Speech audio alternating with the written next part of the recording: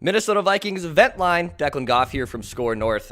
We are going to have a little different episode of Vent Line today. Usually we bring on a couple guests and we go around the room and we banter a little bit. I award a WWE Championship belt to the winner. We're going to do things a little differently today. I got my main man Mike, who's in upstate New York, and he actually has a very fascinating story and a connection to former Minnesota Vikings quarterback Tommy Kramer. If you're probably looking at this description, if you're watching right now on YouTube, Twitter, or Facebook, he designed a custom Packers urinal for Tommy Kramer, which is a genius idea. I have one of my best friends growing up. His dad's a Wisconsin guy, and for whatever reason, he put a Wisconsin-themed bathroom, and I thought it was a humongous mistake not to put a Vikings one in there if he hated the Vikings. Anyway, I can't wait to talk to Mike about this and get his thoughts and how just this really came to be with Tommy Kramer, getting him hooked up with a Packers urinal and also a Vikings vanity. By the way, if you have not subscribed to us, this is the first time you're discovering us here on Score North, please give us a 5-star review and hit that subscribe button. Also, we have a second channel that's youtube.com/ScoreNorthMM where you can find conversations on the Twins, on the Wild, on the Vikings, on the Wolves, even some movie reviews here and there. It's gonna be a real fun show here we got lined up. So let's get our man Mike. Mike, you are live from upstate New York. How's it going, man? Good. How are you? Thanks for having me on. You're welcome, dude. It's gonna be a lot of fun here. Before we get into the Tommy Kramer stuff, and I'm really excited to hear more about it. I just want your thoughts too, because you and I were DMing back and forth, and you gave me some notes that you also do a draft big board, and you also obviously get into mock draft season. So the Vikings are on the board at pick 14. What do you think the Vikings should do with that pick at 14 overall? To be honest, well, there's between what I think they're going to do and what I have a feeling they're going to do. I don't know. It kind of goes back and forth. I have a feeling Zim will probably go defense. I wouldn't be surprised if he goes defense, I should say. Probably DN with Kwity Paye or Rousseau, any of those guys. What I would do probably is go for Vera Tucker. I think he's got quite a bit of experience at guard, and he's really, by the looks of it, the only higher ranked guard on the board in that first round. It's kind of killing us not having a second round pick, but I wouldn't be surprised. I wouldn't be opposed to a trade down either, try to recoup that second. But I would have to choose Vera Tucker if it was up to me, but unfortunately it's not. Right. I feel like they're pigeonholing themselves a little bit into this tackle position just because they've spent so many free agent resources on the defensive side of the football. I get why they did that. And yeah, I don't think Vera Tucker would be a bad pick. And I know Vikings fans have seen Matt Khalil and Garrett Bradbury, even to that extent, haven't really worked out. But typically, offensive line, I know it's not a sexy position. It's not Justin Jefferson. Even if Vera Tucker is the best lineman in the league next year as a rookie, he's not going to win Rookie of the Year. But they need help on this offensive line. If you struck out on all the free agent guards, yeah, I think Vera Tucker or someone of that nature at 14 is probably going to be who it is. I just think with how many great skill position players there are here, especially at the wide receiver position, I know the Vikings need to fortify the line, but just the idea of them even taking one of those wide receivers to me is super fascinating. I don't know what you think about it. Yeah, I've heard you talk about this on a few shows already. I wouldn't mind bringing that 3 deep back. I actually got my Moss and Carter 98 shirt on right now, actually. but yeah, that would be cool. It's just, I just feel like with Kubiak's scheme, I'm sure Clint's going to take right after his father, and Zim just wants to run the ball all the time, listening to Judd and Phil, and, I know they feel exactly how I feel about Zimmer right now. And here's what I always say with the O-line, and this is kind of what bothers me. If I asked any Viking fan this, I'm sure that they would probably think I'm crazy. And when I say, would you ever move Brian O'Neill to left guard? And everyone's going to say no. Why would we ever think about that? No chance. He's a good right tackle. My question is, why are you doing that with Ezra Cleveland? Because he was a left tackle coming out of college. You put him at right guard in the NFL. And I hear a lot of people say, well, Cleveland wasn't ready for left tackle. Well, how can you say he was ready for right guard, a position he's never played in his life? And I think what it was I think that Cleveland was probably best lineman, I guess you could say, available at that time in the second round last year. They took him, figured that Reef would be gone, and sure enough, that works out. But now they're hesitant about moving him again. I want an interior offensive lineman, at least with both guards. I want guys that can move people. I like athletes on the outside, like a Brian O'Neill, or an Ezra Cleveland, because typically those guys are dealing with speed off the edge, and you need those quick feet and stuff. And I want Cleveland out there, but that interior, what's the biggest problem? 90% of the time, they're getting pushed right back onto Cousins' lap. They have no anchor because they're athletes that are that we're like almost our size. I feel they're just. You look at Garrett Bradbury outside of pads, and he's not that big of a guy. Those guys are getting sent back, and I just don't understand why they're doing that with Cleveland. Because if you look when they came out of the draft, or when Cleveland came out of college, he was actually compared on NFL.com before he even went to the Vikings. He was being compared to Brian O'Neill. Like, they were the same player coming out of college, athletically, measurables, everything. So I just don't understand why they're so gung-ho about putting him at right guard.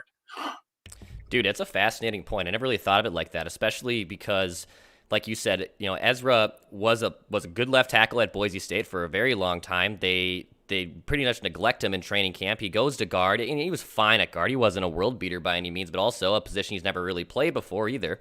That's a fascinating way to look at it. I mean, I wouldn't be surprised at all if they're real, if they don't go offensive line with that first overall pick. I think because we did an episode like this yesterday too on Purple Daily.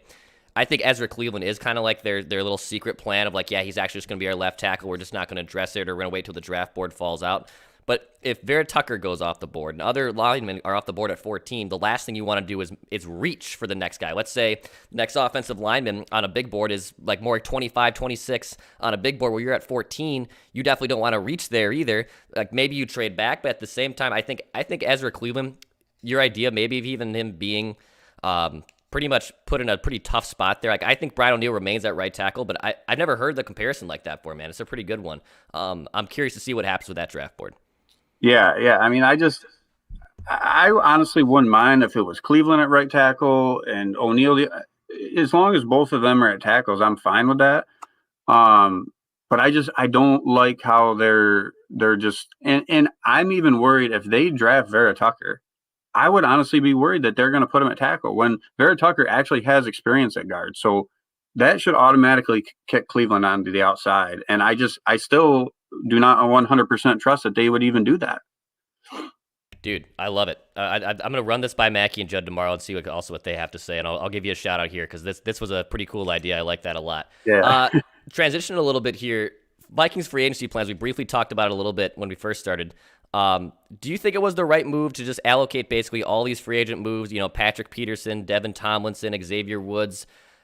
The Vikings defense was bad last year. There's no getting around that. But do you think it was a mistake to put all those basically? I mean, because all the big free agent names are now done, right? Like, the Vikings are probably not going to get another big free agent. All the big dominoes are now gone. Do you think it was the right move to go basically all in on defense and just kind of patchwork that with 1 and 2 year guys?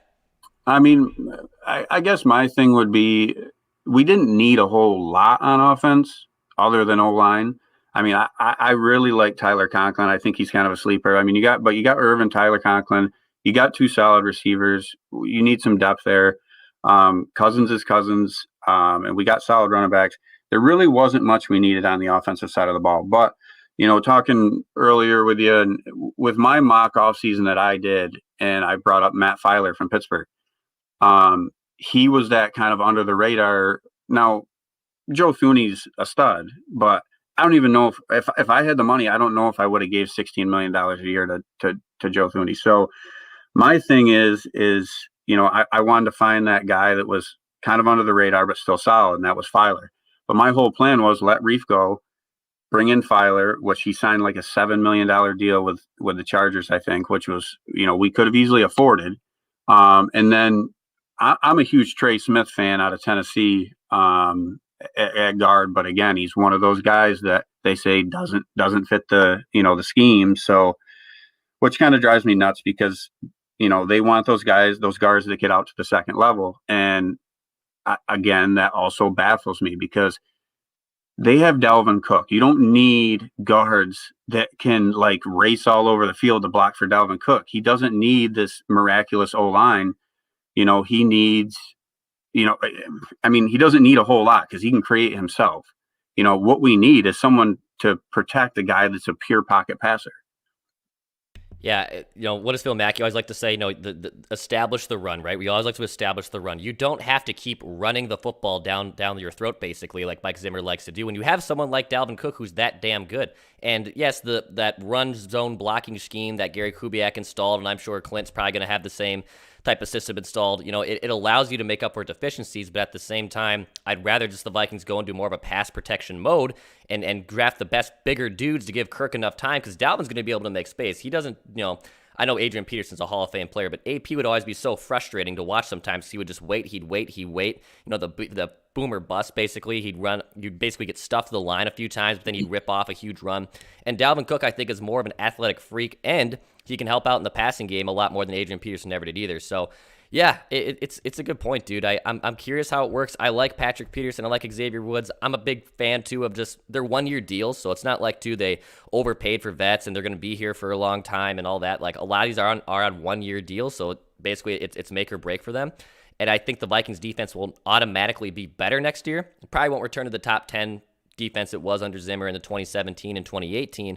But can it be average? Because I think this offense can be really, really damn good, especially if you get the right tackle. And hey, one more question here before we get to the Tommy Kramer story.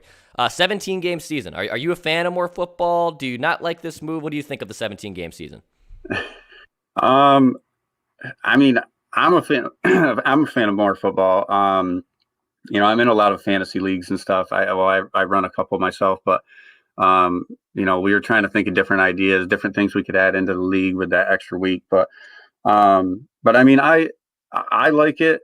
I don't know if the players are going to like it. I feel like they should have knocked down the preseason a little more if they're going to add that extra game in. And I think one of you guys mentioned that they're probably going to go to 18 sooner than later, which I wouldn't be surprised. But yeah, no, I'm not opposed to it at all. Yeah, I love me some more football, dude. I'm all for it. I'd like cut down the preseason game too, which I think is important. I kind of like too that the Super Bowl is now basically on President's Day weekend. Everyone always says the Monday after the Super Bowl should be basically a federal holiday. I know a lot of companies do President's Day as Fed holidays, but at the same time, it gives people an excuse maybe. And I'm always down for more football. I think it'll cause a lot more intrigue. Week 17s have always been really, really fun watching those last teams sneak into the playoffs. I'm a big fan of it. All right, man. We buried the lead here for the first 12, 13 minutes. Let's get into this story here. So you sent me a DM here, and actually I saw this from Tommy's too on his Twitter account. I think it was around a year ago this time. It was in the summer of 2020.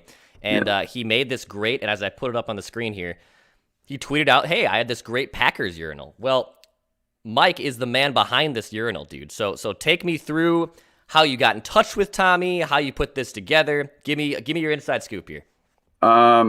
So initially what I did was my wife and I just bought a house a few years ago, and we've pretty much flipped the whole thing. And the only area of the house, right when COVID hit, right around March last year, the only area of the house that we didn't really refinish was my man cave bathroom. And since COVID hit, my wife and I are both teachers, so we were off. And she was like, we really should redo that bathroom, so on and so forth. And she actually said, because I do a lot of epoxy work with my business. I have a side business, Mike and Mike's Rustic Carpentry. And I do a lot of epoxy work and stuff. So she was like, you should do like some kind of epoxy design with like, the Vikings on that sink. And I'm like, wait a second, like you're really giving me permission to do that right now? She's like, yeah, I don't care. Like it's your man cave. And I got, you can see behind me, I got Viking stuff everywhere. So I did it, and I posted it to just some Viking fan pages stuff, not really trying to get like sales on it, just to kind of show it off. And there was I think in like under 24 hours, it had like 4,000 likes, and it was just like people were going nuts about it. So I was getting messages back and forth from different people, Minnesota area, Wisconsin, I mean, all over the place, Dakotas. But there was a few people that messaged me and just asking how, I made it and how I did this and how I did that. And then there was someone that got a hold of me. His name was Buddy Becker. And Buddy was, it's actually who Tommy Kramer lives with. And at the time I had no idea. And so Buddy said to me, he was like, hey, I live with Tommy Kramer. His birthday's coming up. I want to get him one of these Vikings vanities. And I'm thinking like, come on, this isn't like, who's this guy? Why is Tommy living with him? I didn't know. Well, after talking to him for a while, sure enough, it was true. Tommy's been living with him for a few years. He's loving it. They're really good friends, always been good friends. And I ended up FaceTiming with Tommy out of nowhere. They just ended up calling me one night, and I'm like, it was just so surreal. It was awesome. But um, basically, the urinal actually came in towards the end. The whole plan was to do the Vikings vanity, and I was going to ship it to him. And then about, I don't know, a month or two ahead of time, my wife was like, listen, we're off, and summer's coming up. She's like, what if you just drove it there? And I'm like, well, I can bring it up to him. So I brought it up to him. They're like, yeah, come on down. We'd love to have you. So then they actually threw in the urinal last minute. They're like, do you think you could do a urinal? I was like, I've epoxied a lot of things, but I've never done a urinal before, but I'm sure I can do it. And sure enough, I did that. And I made him, I got a skull banner here behind me. I made that as well, but I did one of them for Tommy as well. And as a gift. But I brought it down there, or up there, I should say. And yeah, I stayed the whole weekend with those guys, played some golf. It was a blast. Dude, that's a really, really cool little situation. I mean, yeah, because you post things on the internet. Sometimes weird things go viral. This is one of those situations where, like, yeah, like you post a funny Packers urinal on the internet, it gets 4,000 likes, gets shared on Twitter, on a Reddit thread or whatever, and then all of a sudden you start talking to some people, and it turns out, yeah, you're actually talking to Tommy Kramer's buddy. Yeah. That's awesome, man. And even you also obviously did a vanity as well, as I think this one will change here as I try to do it on the fly. But yeah, this Vikings vanity is, or the sink, I should say, right? Is it a vanity? Is it a sink? Yeah, vanities. Yeah, Okay. vanity top sink. Yep. Yeah, that's even pretty slick too. Well, that's awesome. And so, how did you become a Vikings fan? Obviously, like, you're in New York. Did you used to live in Minnesota? Is that how you became a Vikes fan? No, never. I have no connection to the Vikings in my family. My dad's a huge Rams fan. My mom's a Giants fan. Um, but when I was a kid, it was even before Moss got there. When I was a kid, I used to see Chris Carter on TV all the time. And I don't know what it was, but I always wanted to be a receiver. I always liked playing receiver when I was younger. So I loved Carter. And then when Moss got there, it's like escalated into this whole new type of fanhood. But yeah, actually a funny story. My parents took me to my first game in '97. So it was the year before Moss got there, in Buffalo, which is about 3 hours from me. And we were sitting in right behind the Vikings bench. And sure enough, there was like two open seats next to us. And these three ladies come down and they were like, do you mind if we like squeeze in here? So I went over and sat with my parents, and my mom's talking to these ladies. I'm not paying any attention. And sure enough, my mom's like, she's like, you need to meet these people. And sure enough, it was Brad Johnson's mom, sister, and fiance at the time. So that was just like the coolest thing ever. For a young kid, I think I was like 8 years old. So that was pretty neat. That's awesome, dude. And then when you were meeting Tom, like, what was it like meeting Tommy Kramer? Like, just interact with him. You said you guys played some golf. Like, what else did you guys do? Yeah. So Tommy's the man. He's such a cool guy. It's really interesting just to see how retired NFL players live. He just plays a lot of golf and just hangs out. But yeah, super humble guy. It was not only Tommy. I also met Ricky Young, former running back, that played back when Tommy was there. Uh, and they've invited me down. I'm trying to get there again here a few more times. To meet. There's John Randall's been hanging out with him quite a bit. Ed McDaniel, a lot of those guys. But yeah, Tommy's such a good guy. It was fun playing golf with him, and kicking back some. Well, at the time it wasn't Corona hard seltzers, but I'm about to say, I was loving my Corona hard seltzers, and I love me some Tommy Kramer. I've been curious to see Tommy Kramer maybe knock back a Corona hard seltzer. I kind of would be curious if that would work out well. he's a big beer guy. He's a big beer guy.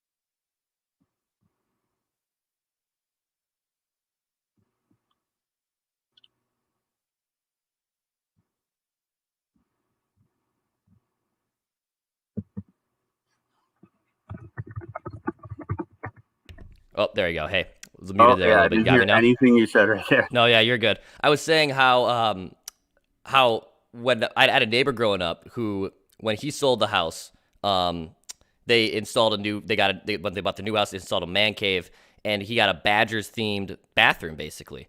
And he loves the Badgers, loves the Packers. I never understand basically why he made it a Badgers thing if he's like a diehard Badgers. Like, wouldn't you, if you're gonna be defecating right into a toilet, wouldn't you want it to be like of the enemy? So like, I think the Packers one is the right way to go about it.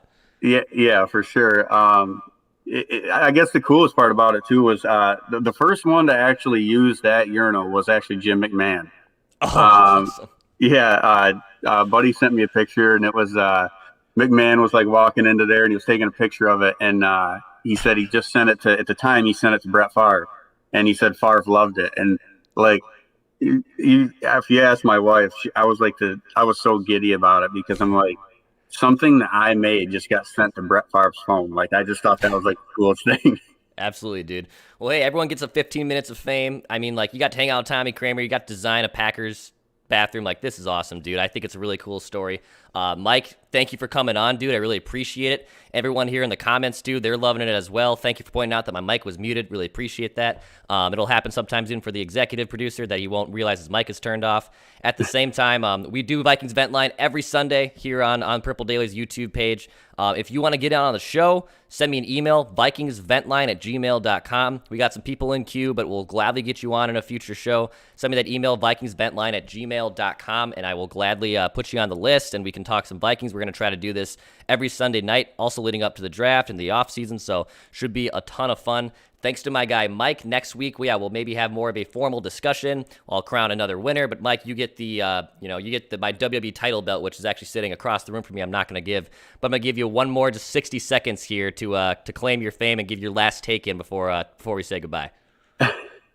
No, well, yeah. Again, I appreciate you letting me on the show, and yeah, in regards to the Vikings, I just hope they find a way to fix this O-line. It's really starting to worry me. I don't think Mason Cole and Dakota Dozier are fixes here, but hopefully they can bring in something and move the right pieces where they got to go. And I think they can really make some noise here if they can get that figured out. Yeah, man. It will be interesting to see what they do in this draft. I'm really, really curious. I think it's probably going to be an offensive lineman, but I mean, I'm just ready back. I'm ready for football. Opening days here. I love baseball. The Wild are playing very well right now. But yeah, I'm more curious just because I think it's going to be one of the most fascinating drafts in a long, long time for the Minnesota Vikings. Last reminder, if you can hit that subscribe button here, if you are just discovering us for the first time, we also have a second YouTube channel. It's Score North MN, where you can find conversations all encompassing of Minnesota sports, Twins, Wild, Wolves, Vikings. We also do some more Vikings talk additionally on there as well. We have Write That Down predictions. We're on Apple, Spotify, scorenorth.com, wherever you find your podcasts. We are there. This has been Vikings Vent Line, and we'll see you next week.